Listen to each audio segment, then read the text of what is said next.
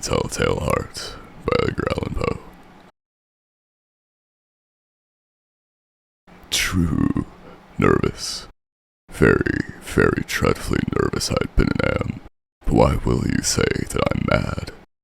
The disease had sharpened my senses, not destroyed, not dulled them. Above all was the sense of hearing acute. I heard all things in the heaven and in the earth. I heard many things in hell. How, then, am I mad?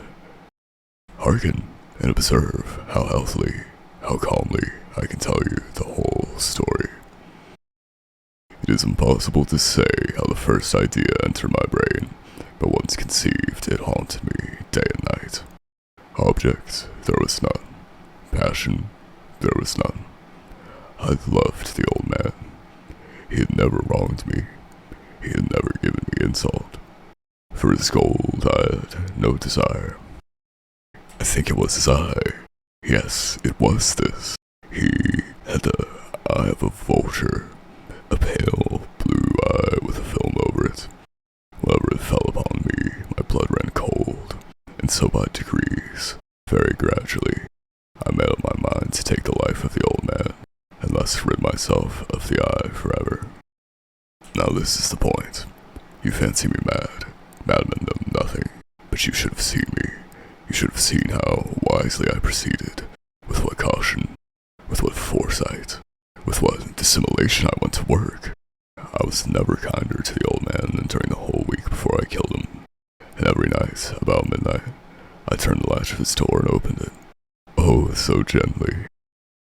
And then, while I had made an opening sufficient for my head, I put in the dark lantern, all closed, it closed so that no light shone out, and then I thrust in my head. Oh, you would have laughed to see how cunningly I thrust it in. I moved it slowly, very, very slowly, so that I might not disturb the old man's sleep. It took me an hour to place my whole head within the opening so far that I could see him as he lay upon his bed. Ha! Would a madman have been so wise as this? And then, when my head was well in the room, I unted the lantern cautiously. Oh, so cautiously. Cautiously, for the hinges creaked. I undid it just so much that a single thin ray fell upon the vulture eye. And this I did for 7 long nights. Every night, just at midnight. But I found the eye always closed, and so it was impossible to do the work, for it was not the old man who vexed me, but his evil eye. And every morning, when the day broke, I went boldly into the chamber, and spoke courageously to him, calling him by name in a hearty tone, and inquiring how he has passed the night. So you see, he would have been a very profound old man, indeed, to suspect that every night, just at 12, I looked in upon him while he slept. Upon the 8th night I was more than usually cautious in opening the door. A watch's minute hand moves more quickly than did mine. Never before that night had I felt the extent of my own powers, of my sagacity. I could scarcely contain my feelings of triumph. To think that there I was, opening the door, little by little, and he not even to dream of my secret deeds or thoughts. I fairly chuckled at the idea, and perhaps he heard me, for he moved on the bed suddenly, as if startled. Now you may think that I drew back, but no. His room was as black as pitch with the thick darkness, for the shutters were close fastened through fear of robbers. And so I knew that he could not see the opening of the door, and I kept pushing it on steadily, steadily. I had my head in, and was about to open the lantern, when my thumb slipped upon the tin fastening, and the old man sprang up in bed, crying out, "Who's there?" I kept quite still and said nothing. For a whole hour I did not move a muscle, and in the meantime I did not hear him lie down. He was still sitting up in the bed listening, just as I have done, night after night, hearkening to the death watches in the wall. Presently I heard a slight groan, and I knew it was the groan of mortal terror. It was not a groan of pain or grief. Oh no! It was the low, stifled sound that arises from the bottom of the soul when overcharged with awe. I knew the sound well. Many a night, just at midnight, when all the world slept, it has welled up from my own bosom, deepening with its dreadful echo the terrors that distracted me. I say I knew it well. I knew what the old man felt, and pitied him, although I chuckled at heart. I knew that he had been lying awake ever since the first slight noise, when he had turned in the bed. His fears had been ever since growing upon him. He had been trying to fancy them causeless, but could not. He had been saying to himself, "It is nothing but wind in the chimney. It is only a mouse crossing the floor," or "It is merely a cricket which has made a single chirp." Yes, he had been trying to comfort himself with these suppositions, but he had found all in vain. All in vain, because death, in approaching him, had stalked with his black shadow before him and enveloped the victim, and it was the mournful influence of the unperceived shadow that caused him to feel, although he neither saw nor heard, to feel the presence of my head within the room. When I had waited a long time, very patiently, without hearing him lie down, I resolved to open a little, a very, very little crevice in the lantern. So I opened it. You cannot imagine how stealthily, until at length a single dim ray, like the thread of the spider, shot from out the crevice and fell full upon the vulture eye. It was open, wide open, and I grew furious as I gazed upon it. I saw it with perfect distinctness, all the dull blue, with a hideous veil over it that chilled the very marrow in my bones, but I could see nothing else of the old man's face or person, for I directed the ray, as if by instinct, precisely upon the spot. And have I not told you that what you mistake for madness is but over-acuteness of the senses? Now, I say, there came to my ears a low, dull, quick sound, such as a watch makes when enveloped in cotton. I knew that sound well, too. It was the beating of the old man's heart. It increased my fury as the beating of a drum stimulates a soldier into courage. But even yet I refrained and kept still.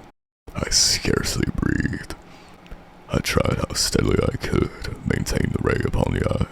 Meantime, the hellish tattoo of the heart increased. It grew quicker and quicker, and louder every instant. The old man's terror must have been extreme. It grew louder, I say, louder every moment. Do you mark me well? I have told you that I'm nervous, so I am.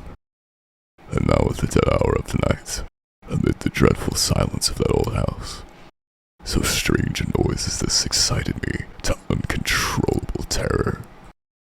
Yet for some minutes longer I refrained and stood still, but the beating grew louder.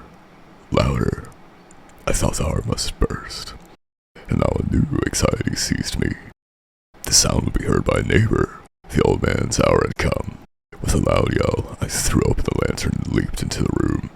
He shrieked once only. In an instant I dragged him to the floor and pulled the heavy bed over him. I then smiled gaily to find the deed so far done. But for many minutes the heart beat on with a muffled sound. This, however, did not vex me. It would not be heard through the wall. At length it ceased. The old man was dead. I removed the bed and examined the corpse. Yes, he was stone dead. I placed my hand upon the heart and held it there many minutes. There was no pulsation. He was stone dead. His eye would trouble me no more. If still you think me mad, you will think so no longer when I describe the wise precautions I took for the concealment of the body. The night waned, and I worked hastily, but in silence. First of all, I dismembered the corpse. I cut off the head, and the arms, and the legs. I then took up 3 planks from the flooring of the chamber, and deposited it all between the scantlings. I then replaced the boards so cleverly so cunningly that no human eye, not even his, could have detected anything wrong. There was nothing to wash out. No stain of any kind. No blood spot, whatever. I'd been too wary for that. A tub had caught all. Ha. Ha. When I had made an end of these labors, it was 4 o'clock. Still dark as midnight. As the bell sounded the hour, there came a knocking at the street door. I went down to open it with a light heart, for what had I now to fear? There entered 3 men who introduced themselves, with perfect suavity, as officers of the police. A shriek had been heard by a neighbor during the night. The suspicion of foul play had been aroused. Information had been lodged at the police office, and they, the officers, had been deputed to search the premises. I smiled, for what had I to fear? I bade the gentleman welcome.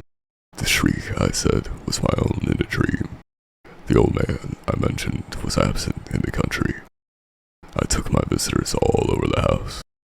I bade them search well. I led them, at length, to his chamber. I showed them his treasures, secure, undisturbed.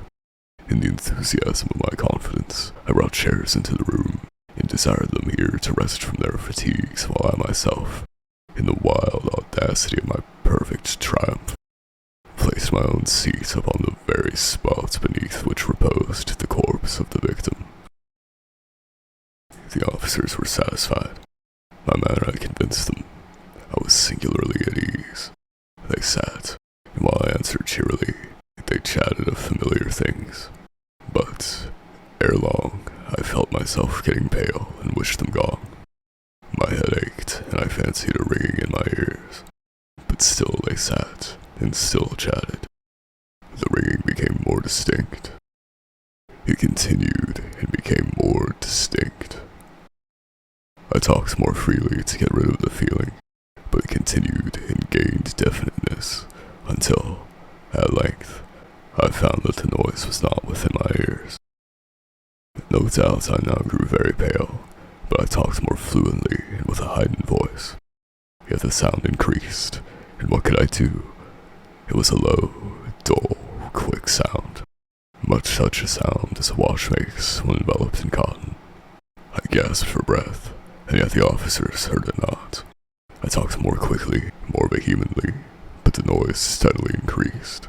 I rose and argued about trifles, in a high key and with violent gesticulations, but the noise steadily increased.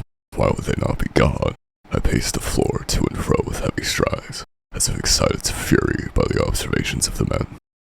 But the noise steadily increased. Oh God, what could I do? I foamed, I raved, I swore. I swung the chair upon which I had been sitting and crated it upon the boards, but the noise arose over all and continually increased. It grew louder, louder, louder, and still the men chatted pleasantly and smiled. Was it possible they heard not? Almighty God! No, no, they heard. They suspected. They knew. They were making a mockery of my horror. This I thought, and this I think. But anything was better than this agony. Anything was more tolerable than this derision. I could bear those hypocritical smiles no longer. I felt that I must scream or die. And now, again, hark, louder, louder, louder, louder. Villains, I shrieked, dissemble no more. I admit the deed. Tear up the plagues. Here, here, it is the beating of his hideous heart.